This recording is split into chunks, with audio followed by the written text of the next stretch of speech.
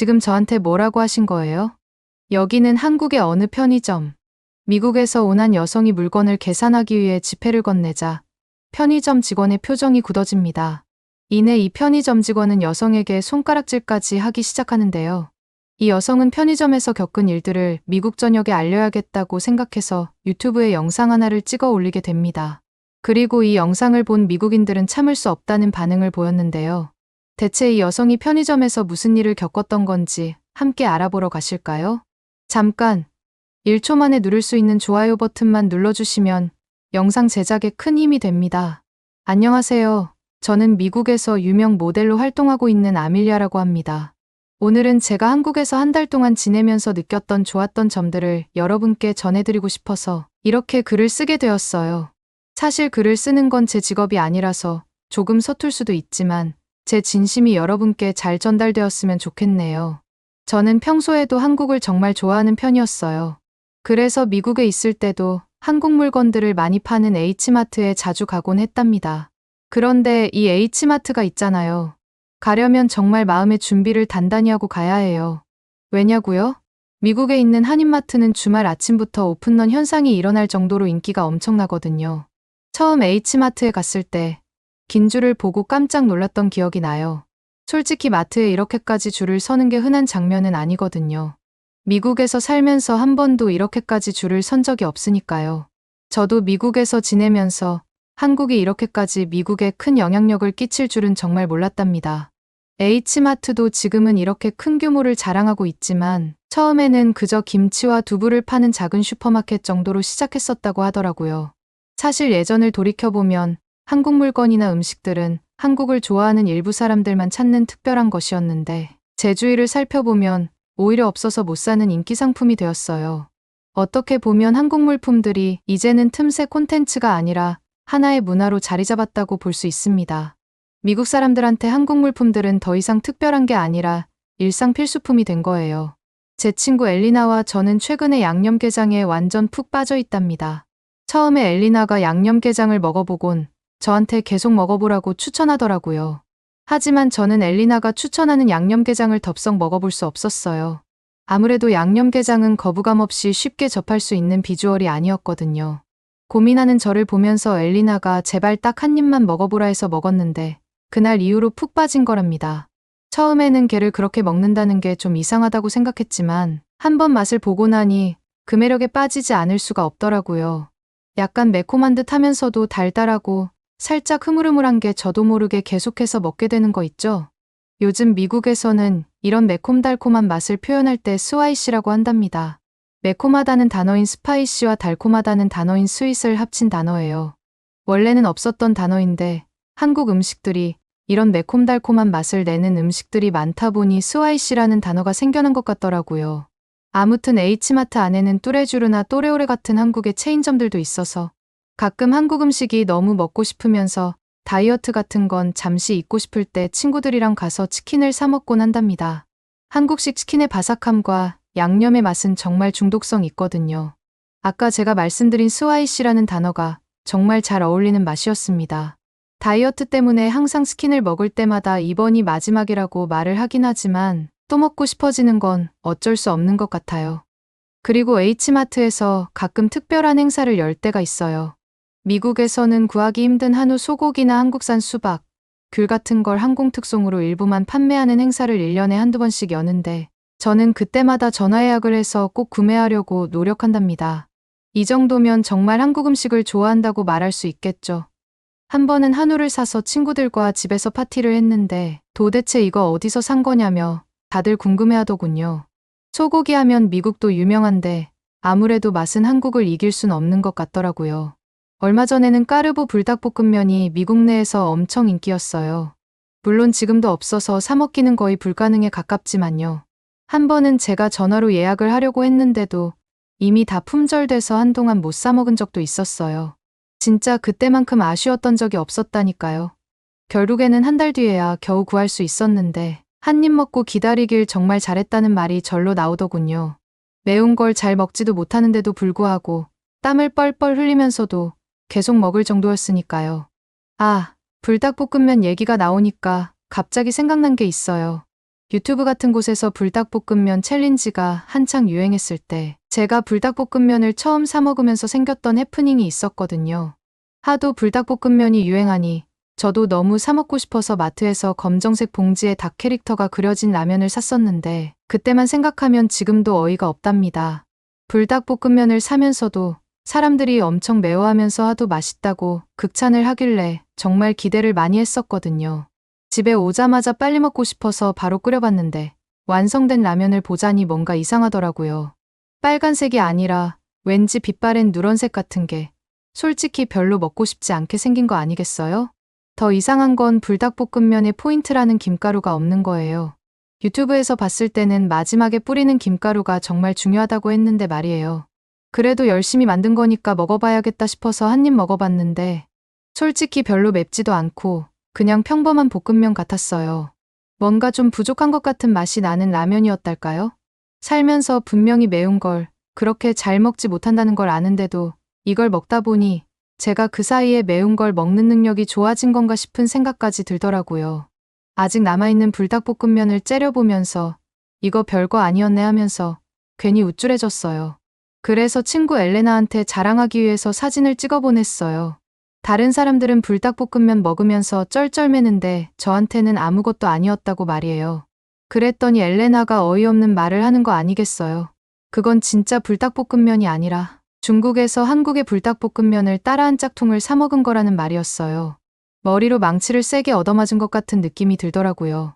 어쩐지 뭔가 맛이 좀 부족하고 별로 안 맵다 싶었는데 왜 그랬는지 바로 알게 되었으니까요. 나중에 엘리나를 만났을 땐 엘리나가 저한테 조언을 해줬어요. 한국에서 뭐만 잘 나가면 중국이 다 따라하니까 이런 짝퉁 같은 건 음식이든 물건이든 잘 구분해서 사야 된다고 말이에요. 그러면서 한국어가 써져 있는 진짜 불닭볶음면 번들 한 봉지를 제품에 안겨주더라고요. 그런데 진짜 불닭볶음면 실물을 마주한 순간 저는 정말 당황했어요. 왜냐하면 중국 짝퉁 불닭볶음면과 한국 불닭볶음면의 포장지가 너무나도 똑같았거든요. 정말 구분하기 힘들 정도로요. 저는 그걸 보면서 의문이 들었어요. 왜 중국에서는 자기 고유의 것으로 승부를 보려고 하지 않고 다른 나라가 조금만 잘 나간다 싶으면 이렇게까지 따라하는 걸까요?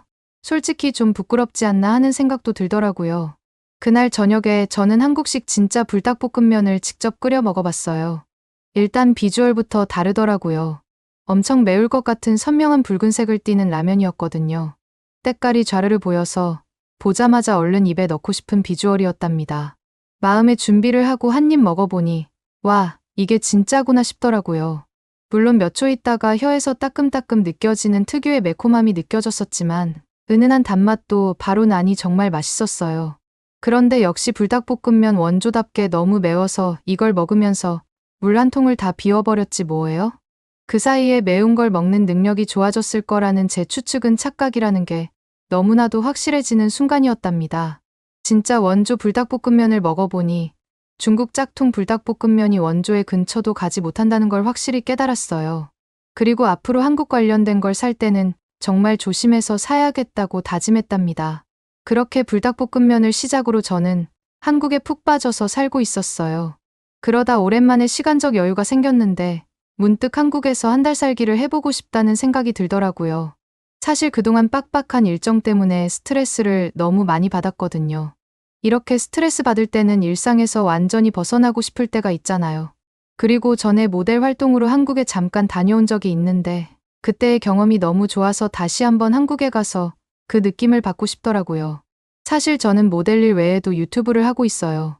일상을 기록하고 그런 기록들에 다른 사람들이 반응하는 걸 보면서 보람을 느끼거든요. 그래서 이번에 한국에서 지내는 동안 유튜브에 꼭 기록을 남겨야겠다고 생각했답니다. 특히 3달러를 가지고 한국에서 뭘 먹을 수 있는지에 대한 컨텐츠를 꼭 찍어보고 싶었어요.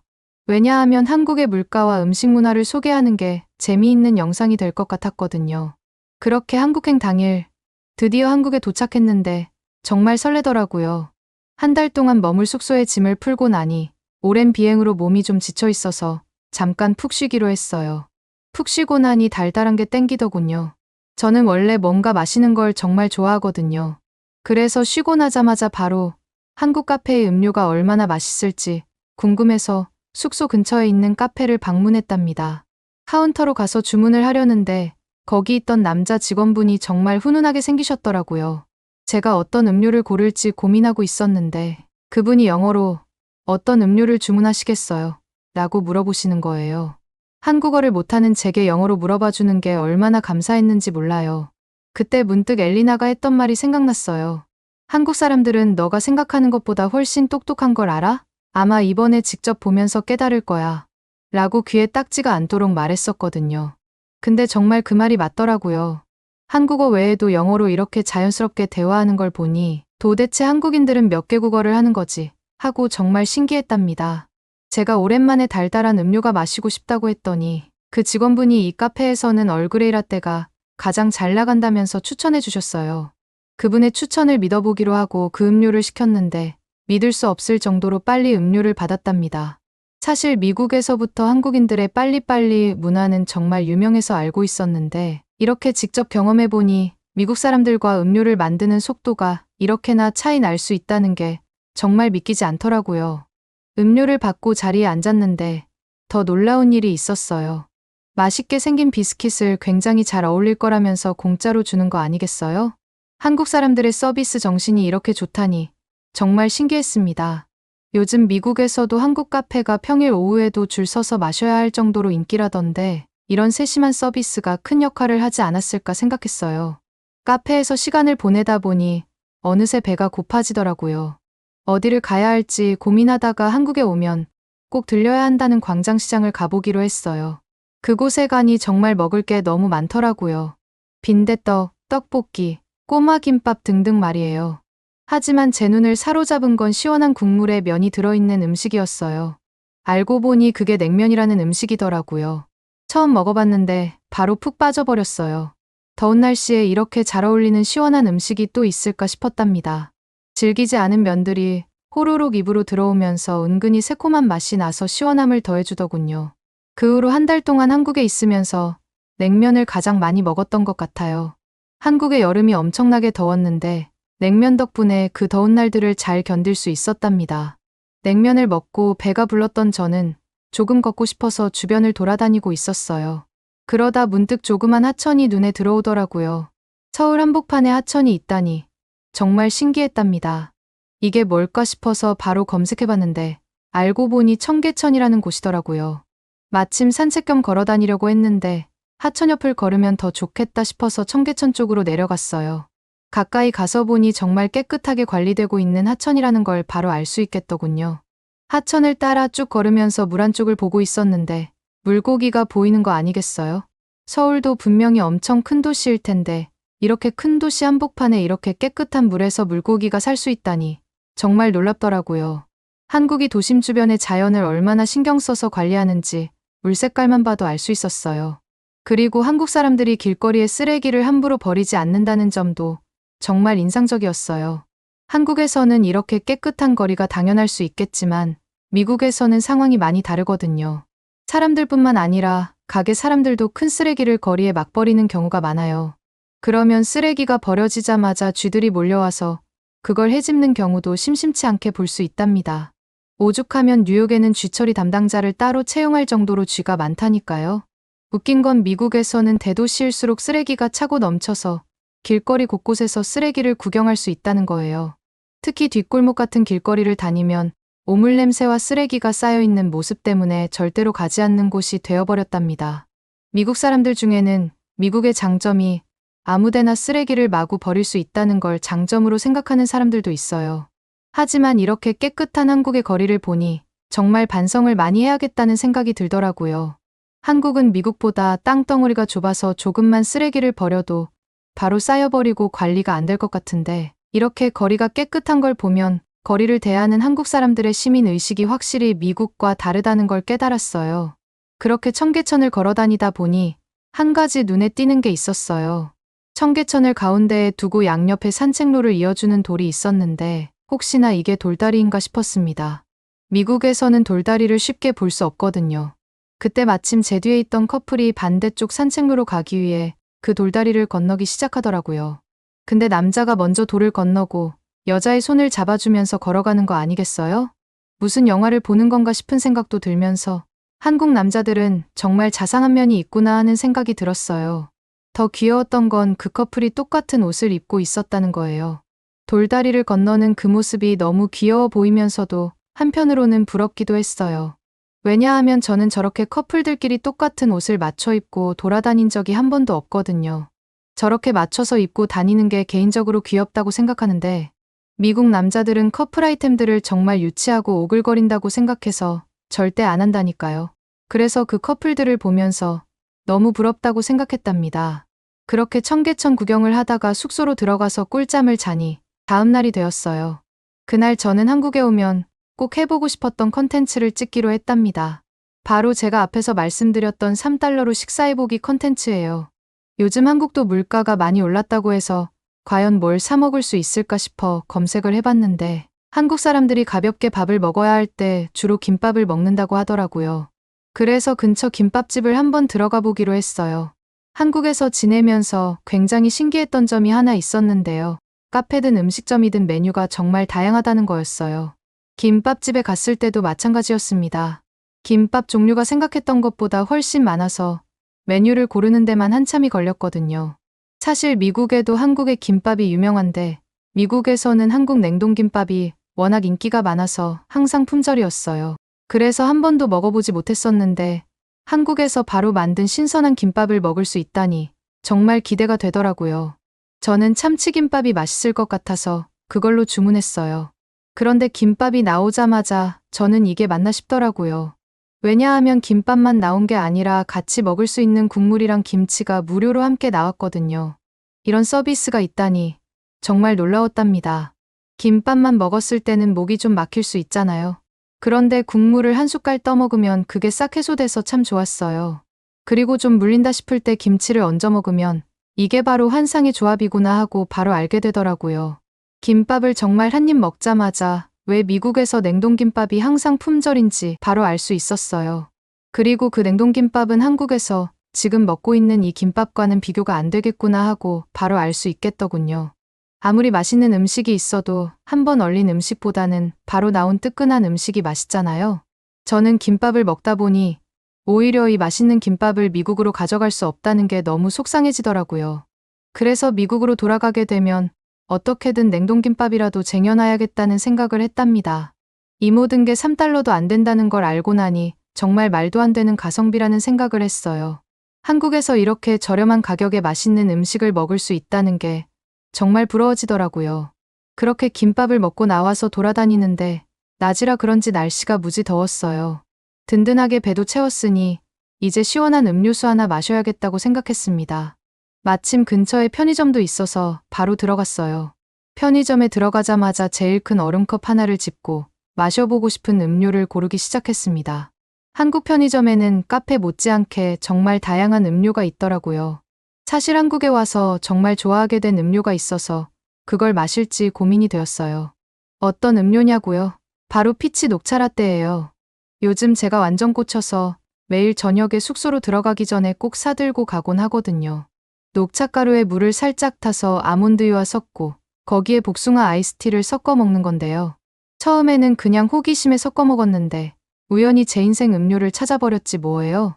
사실 편의점에 와서도 이 음료를 마시고 싶었지만 만드는 게 은근히 손이 많이 가서 편의점에서는 그냥 매일 즐겨 마시는 아이스티를 골랐어요. 그거 말고도 다른 간식거리들을 같이 구매했는데 제가 고른 물건들이 다 합쳐서 5,000원이라고 하더라고요. 그래서 저는 지갑에서 지폐 한 장을 꺼내 편의점 직원에게 내밀었어요. 그런데 편의점 직원분 반응이 좀 이상한 거 아니겠어요?